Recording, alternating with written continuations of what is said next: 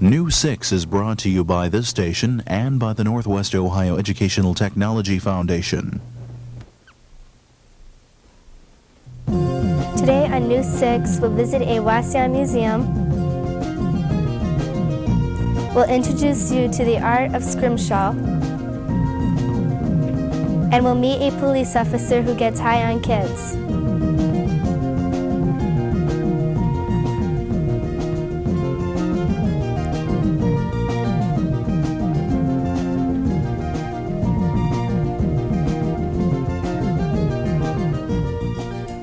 Hi, and welcome back to News 6. I'm Maura Waseon from Burr Road Middle School in Waseon, Ohio. Here with a story about a very caring man is Jeff Erickson. Drug use is a serious topic in our schools today. Kids need information as to what drugs can do to a person and as to ways to combat drug abuse.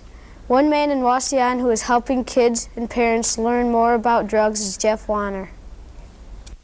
Patrolman Jeff Weiner, an officer for the Waseon Police Department, started a drug prevention program for the city of Waseon. The Drug Stopper program is now 3.5 years old and is considered a success by many in the community. What we do is we try and make people aware of what the drug situation is in the community, where young people and parents can get involved. Patrolman Weiner visits various schools and community organizations to tell people of the dangers of drugs. There's 3 things I'd like for you to keep in mind. The first thing is I want all of you young people to realize that you are exposed to drugs out here and in the Waseon area. The second thing is I want you to realize that each and every one of you in this room is going to have to make a decision when Officer Warner's not around, or your mom or dad or your teacher. You're going to have to make that decision whether or not you're going to want to smoke a marijuana cigarette with some young person or whether or not you're going to take a pill like you see up here. The third thing, and I think the most important thing is that I want you all to remember is that when somebody offers you some type of drug off the street, you really don't know what it is. That's why we have doctors, and that's why you go to the doctor, is so that when he gives you some type of medicine, it's prescribed just for you.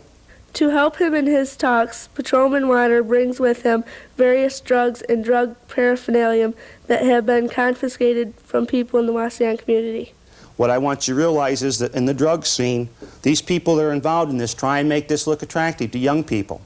Such as you can see right here in front, where they went and they packaged up a bag of marijuana, and then what they did was they put it in a sandwich bag that had cartoon characters on it. In the community, I feel that the program has really been a success. I see a lot of young people who are getting involved. I've had young people bring me down different types of drugs, even to my own house, that they had found at school and that they were concerned about maybe some young person getting involved with it at school.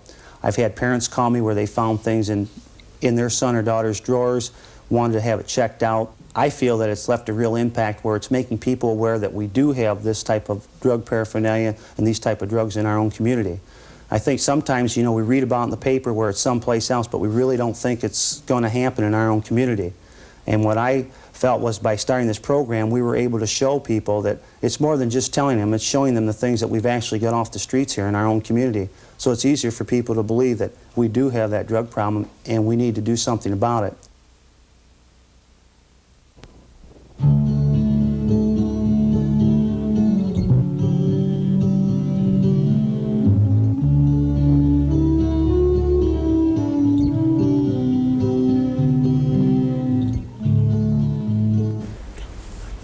This week's show is produced by Ron Reiteicher, Darlene Roop, Pince Roth, Bruce Brown, and Mindy Lucas' 6th grade class from Burr Road Middle School in Waseon, Ohio. Waseon is located in Fulton County, about 25 miles southwest of Toledo. The city was founded in 1854, and its present population is around 6,000 people. Now here's Emily Stover with a story about the golden days of Waseon. We like to kid our parents about what it was like to live in the good old days, 5, 10, 15 years ago. But what was it like in Waseon when our grandparents and great-grandparents lived here? Let's visit the Fulton County Historical Museum. Take a step back into the city of Waseon's past by visiting the Fulton County Historical Museum. Located at 229 Monroe Street, the museum offers a fascinating collection of historical artifacts. Madge Bernath, the curator of the museum, gave our class a tour. We want to welcome you to the Fulton County Historical Museum today. We have a lot of nice things in here, mostly all from Fulton County or about Fulton County people. We are very proud of this bookcase because it came from the Canfield Farm in Gorham Township, and it was built for Arthur Canfield and his bride in 1881. And it was in the family for many, many years, and then they decided to give it to the museum so it would be preserved for Fulton County history.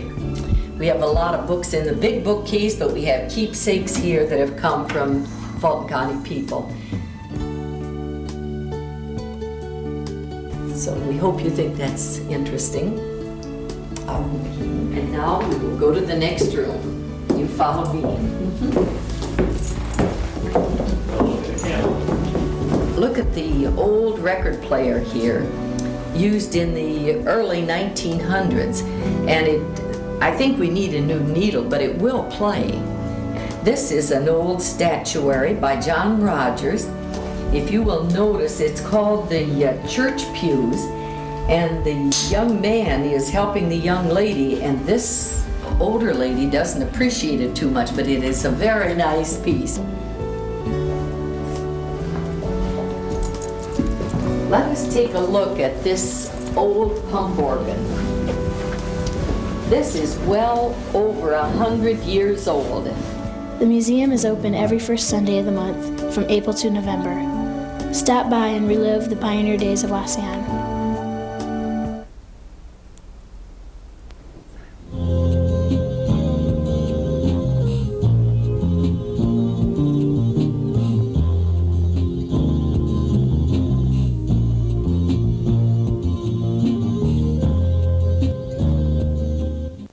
Now it's time for Kids View, a weekly feature in which kids get to say what's on their minds. This week's question is, what do you like about yourself? And it was submitted by Jaron Garza. Here's what you had to say. What I like about myself is I don't have to wear glasses. What I like about myself is that I don't take drugs. What I like about myself is that I'm medium size. What I like about myself is that I haven't broken no bones in my body. What I like about myself that I'm an American. I like the fact that I was born in the USA. I just like being me. I just like being smaller than a lot of other people. I like having long hair. I really like having glasses. I like being happy. I like to read. What I like about myself is that I have a lot of friends. Here's a hobby that you might like to try at home. All you need is a piece of ivory, a pencil, an X-Acto knife, and some ink. The hobby is an art form called Scrimshaw. Most kids consider an artist as someone who paints pictures on a canvas, but Kathy Lamerson practices a different kind of art. The art is called Scrimshaw or scrimming. Scrimshaw originated with the men who worked on the whaling ships. Between sightings, between catches, they'd have a lot of time to kill, just nothing to do, so they'd divide up the whale teeth and scratch designs on to take back to their wives or their girlfriends. Scrimming involves scratching an image onto a material like ivory or bone. First, Kathy must polish the surface of the material she will scrim on in order to take out any scratches. Then, Kathy draws a design onto the ivory surface with a pencil. She then uses a sharp needle-like instrument called a scribe to scratch the design into the ivory. Then, Kathy takes a Q-tip, dips it into Indian ink, and rubs the Q-tip over the scratches. The ink fills the scratches and makes the image stand out on the ivory. Kathy lets the piece of ivory dry, then wipes off the excess ink to show a beautiful work of art. This was a fun story to report on, but we've just barely scratched the surface of the art of Scrimshaw. That's all for this week's shows. We hope to see you again real soon on News 6.